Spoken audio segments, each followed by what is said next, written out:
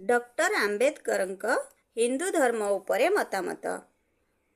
ଅଧ୍ୟାପକ ଗୋପବନ୍ଧୁ ହିନ୍ଦୁ ଧର୍ମ ମଧ୍ୟରେ ଥିବା ବର୍ଣ୍ଣାଶ୍ରମ ଉପରେ ସେ କଠୋର ସମାଲୋଚନା କରିଯାଇଛନ୍ତି। ବର୍ଣ୍ଣାଶ୍ରମ ଥିବା ପର୍ଯ୍ୟନ୍ତ ଜାତି ରହିବ ଓ ସାମାଜିକ ଅସମତା ରହିବ। ଏଣୁ ହିନ୍ଦୁ ଧର୍ମରୁ ଜାତି ବ୍ୟବସ୍ଥାକୁ ଉଠାଯାଇପାରିବ ନାହିଁ। ଯଦି ବର୍ଣ୍ଣାଶ୍ରମକୁ ଉଠା ନଯାଏ, ଏ ସମାଜରେ ନୈତିକତା ଓ ମହତ୍ତ୍ୱ ଗୁଣ ସବୁ ଜାତିଆଣ ଭାବଧାରାରେ ପ୍ରଭାବିତ ହୋଇଥାଏ। ଜାତି ପ୍ରଥା ଥିବା ପର୍ଯ୍ୟନ୍ତ ଶୁଦ୍ଧି ନାହିଁ। ବର୍ତ୍ତମାନ ହିନ୍ଦୁ ଧର୍ମ କେତେଗୁଡ଼ାଏ ଜାତିର ସମଷ୍ଟି। ଜାତି ହିନ୍ଦୁ ଧର୍ମକୁ ନଷ୍ଟ କରିଦେଇଛି, ଅନୈତିକତା ଆଡ଼କୁ ଟାଣି ନେଇଛି। ହିନ୍ଦୁ ଧର୍ମର ଶତ୍ରୁ ହେଉଛି ଶାସ୍ତ୍ର, ଯେଉଁଗୁଡ଼ିକ ଜାତିର ଧାରଣା ସୃଷ୍ଟି କରେ। ଯେଉଁମାନେ ଯେତେ ନୈଷ୍ଠିକ ଧର୍ମପରାୟଣ, ସେହିମାନେ ସେତେ ଜାତିଭାବାପନ୍ନ। ଜାତି ପ୍ରଥାରୁ ଅସ୍ପୃଶ୍ୟତାର ଉତ୍ପତ୍ତି। ଯେତେ ଦିନ ଯାଏଁ ଜାତି ପ୍ରଥା ଥିବ, ସେତେ ଦିନ ପର୍ଯ୍ୟନ୍ତ ଅସ୍ପୃଶ୍ୟତା ରହିବ। ଜାତି ପ୍ରଥାର ମୂଳ ଉତ୍ପାଟନ ବିନା ଅସ୍ପୃଶ୍ୟତା ଉଠିବ ନାହିଁ। ମୂକନାୟକ ପତ୍ରିକାରେ ସେ ଲେଖିଥିଲେ, ହିନ୍ଦୁ ଧର୍ମ ହେଉଛି ଏକ ବହୁତଳ ବିଶିଷ୍ଟ ପ୍ରାସାଦ। ଏଥିରେ କୌଣସି ସିଡ଼ି ନାହିଁ କିମ୍ବା ବାହାରକୁ ଯିବାର କୌଣସି ଦ୍ୱାର ନାହିଁ। ଏହା ଏପରି ଏକ ସମାଜ ଯେଉଁଠାରେ ନିର୍ଜୀବ ବସ୍ତୁଠାରେ ଈଶ୍ୱରଙ୍କ ସତ୍ତା ଅନୁଭବ କରାଯାଏ। ମାତ୍ର ଯେଉଁମାନେ ସେହି ସମାଜର ଏକ ଗୁରୁତ୍ୱପୂର୍ଣ୍ଣ ଅଂଶବିଶେଷ, ସେମାନେ ହୁଅନ୍ତି ଅସ୍ପୃଶ୍ୟ। ଏ ସମାଜରେ ଉପରେ ଥିବା ଶ୍ରେଣୀ ତଳେ ଥିବା ଶ୍ରେଣୀକୁ ଘୃଣା ଦୃଷ୍ଟିରେ ଦେଖେ ଓ ତଳେ ଥିବା ଶ୍ରେଣୀ ଉପରେ ଥିବା ଶ୍ରେଣୀକୁ ଉଚ୍ଚ ଓ ଆଦରଣୀୟ ଭାବେ। ତାଙ୍କ ମତରେ ଯାହା ଲୋକମାନଙ୍କୁ ଧାରଣ କରି ରଖେ ଓ ମହତ୍ ଉଦ୍ଦେଶ୍ୟରେ ସଂଗଠିତ କରେ, ତାହା ହିଁ ଧର୍ମ।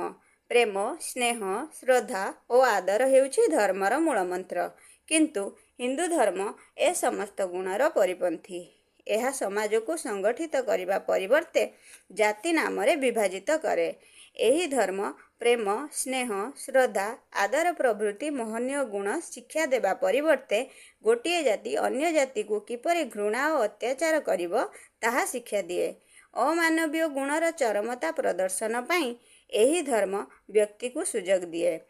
ପୂର୍ବଜନ୍ମ, ପରଜନ୍ମ, ପାପ ପୁଣ୍ୟ, ଭାଗ୍ୟଫଳ, କର୍ମଫଳ, ସ୍ୱର୍ଗ ନର୍କ ଇତ୍ୟାଦିର ଧାରଣା ସୃଷ୍ଟି କରି ଏହି ଧର୍ମ ଅନ୍ଧବିଶ୍ୱାସ, ଅଯୌକ୍ତିକତା ଓ ଅବୈଜ୍ଞାନିକ ଭାବଧାରାକୁ ଉତ୍ସାହିତ କରିଥାଏ।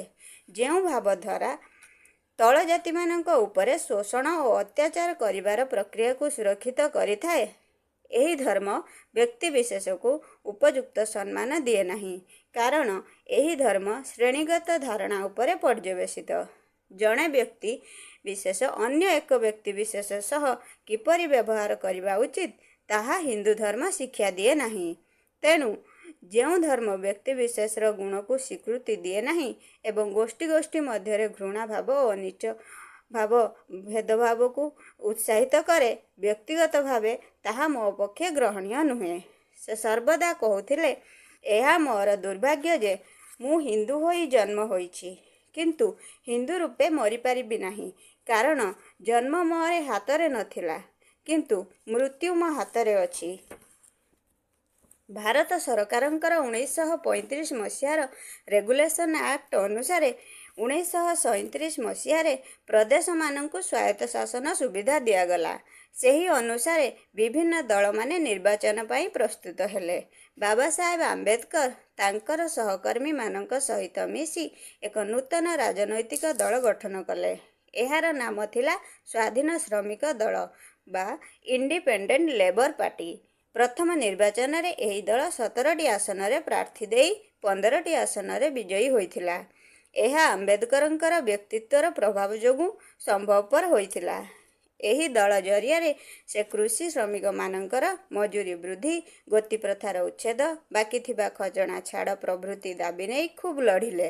ତାଙ୍କର ବ୍ୟକ୍ତିତ୍ୱ ଓ ସାଂଗଠନିକ ଦକ୍ଷତାରେ ଆକୃଷ୍ଟ ହୋଇ ଅନେକ କମ୍ୟୁନିଷ୍ଟ ନେତା ତାଙ୍କୁ ନିଜ ଦଳରେ ସାମିଲ ହେବା ପାଇଁ ପ୍ରସ୍ତାବ ଦେଇଥିଲେ। ମାତ୍ର ସେ ଏ ପ୍ରସ୍ତାବକୁ ପ୍ରତ୍ୟାଖ୍ୟାନ କରି କହିଥିଲେ, ମାର୍କ୍ସବାଦର ଶ୍ରେଣୀ ସଂଘର୍ଷ ବ୍ରାହ୍ମଣବାଦର ଜାତିବ୍ୟୂହ ମଧ୍ୟରେ ନିଜର ସତ୍ତା ହରାଇ ବସିଛି। ଭାରତବର୍ଷରେ ସାମ୍ୟବାଦୀ ଆନ୍ଦୋଳନ ସେହିଦିନ ସଫଳ ହେବ ଯେଉଁଦିନ ଜାତି ପ୍ରଥାର ଉଚ୍ଛେଦ ହେବ। ସେ ଓଲଟି ପ୍ରସ୍ତାବ ଦେଇ କହିଥିଲେ। ବରଂ କମ୍ୟୁନିଷ୍ଟମାନେ କିଛି ଦିନ ପାଇଁ ମାର୍କ୍ସ ଦର୍ଶନକୁ ଛାଡ଼ି ତାଙ୍କ ସହିତ ସାମିଲ ହୁଅନ୍ତୁ ଓ ପ୍ରଥମେ ବର୍ଣ୍ଣବାଦ ବିରୁଦ୍ଧରେ ଲଢ଼ନ୍ତୁ। ସେ କମ୍ୟୁନିଷ୍ଟମାନଙ୍କ ଉଦ୍ଦେଶ୍ୟରେ କହିଥିଲେ, ପାଶ୍ଚାତ୍ୟ ରାଷ୍ଟ୍ରରେ ଅର୍ଥନୈତିକ ଅସାମଞ୍ଜସ୍ୟତା ହିଁ ସମସ୍ତ ପ୍ରକାର ବୈଷମ୍ୟତାର ମୂଳ କାରଣ। ସେ କଠୋର ସମାଲୋଚନା କରି କହୁଥିଲେ, ଏ ଦେଶରେ କମ୍ୟୁନିଷ୍ଟମାନେ ମଧ୍ୟ ଜାତିବାଦୀ ତତ୍ତ୍ୱ ଦ୍ୱାରା ପରିଚାଳିତ। ଏମାନେ ସମାନତା ଓ ମାନବିକତାର କଥା କହନ୍ତି, ମାତ୍ର ଏମାନଙ୍କ ସମ୍ମୁଖରେ ଦଳିତମାନଙ୍କ ଉପରେ ନାନା ଅନ୍ୟାୟ ଅତ୍ୟାଚାର ହୁଏ। ସେ ସବୁକୁ ଏମାନେ ଦେଖି ନ ଦେଖିବାର ଛଳନା କରନ୍ତି। ଭାରତବର୍ଷରେ ଅସମାନତାର ମୂଳ କାରଣ ହେଉଛି ଜାତିପ୍ରଥା। ତାହା ବିରୁଦ୍ଧରେ ଲଢ଼ିବାକୁ ଏମାନେ ପସନ୍ଦ କରନ୍ତି ନାହିଁ। ସେ ତଳ ଜାତିର ଲୋକମାନଙ୍କୁ ସର୍ବଦା କହୁଥିଲେ, ଏଜୁକେଟ୍, ଆଗିଟେଟ୍, ଅର୍ଗାନାଇଜ୍, ଅର୍ଥାତ୍ ନିଜକୁ ଶିକ୍ଷିତ କର, ସଂଘର୍ଷ କର ଏବଂ ସଂଗଠିତ ହୁଅ।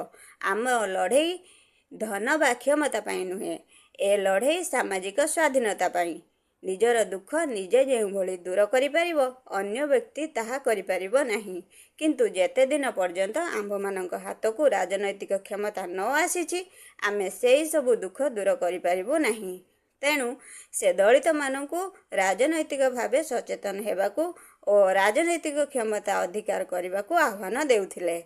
ସେ ସର୍ବଦା କହୁଥିଲେ, ରାଜନୈତିକ କ୍ଷମତା ହେଉଛି ସମସ୍ତ ତାଲାର ସାଧାରଣ ଚାବିକାଠି। ତେଣୁ ନୀଚ ଜାତିମାନେ ଏହି ଚାବିକାଠିକୁ ଅକ୍ତିଆର କର। ଶ୍ରମ ମନ୍ତ୍ରୀ ଭାବେ ଆମ୍ବେଦକର ଦ୍ୱିତୀୟ ବିଶ୍ୱଯୁଦ୍ଧ କାଳରେ 1941 ମସିହା ଜୁଲାଇ ମାସରେ ଇଂରେଜ ସରକାର ସେନାବାହିନୀ କମିଟି ଗଠନ କଲେ। ସେଥିରେ ଆମ୍ବେଦକରଙ୍କୁ ଜଣେ ସଦସ୍ୟ ଭାବେ ନିଆଯାଇଥିଲା। ଏହି ସମୟରେ ସେ ଅନେକ ଅସ୍ପୃଶ୍ୟଙ୍କୁ ସେନାବାହିନୀରେ ଭର୍ତ୍ତି କରାଇଥିଲେ। 1942 ମସିହା ଜୁନ୍ ମାସରେ ସେ ଭାଇସରୟଙ୍କ କାଉନସିଲରେ ଶ୍ରମମନ୍ତ୍ରୀ ଭାବେ ଯୋଗଦେଲେ। ଏହି ସମୟରେ ଶ୍ରମିକମାନଙ୍କର ଉନ୍ନତି ପାଇଁ ସେ ଅନେକ ପଦକ୍ଷେପ ନେଇଥିଲେ।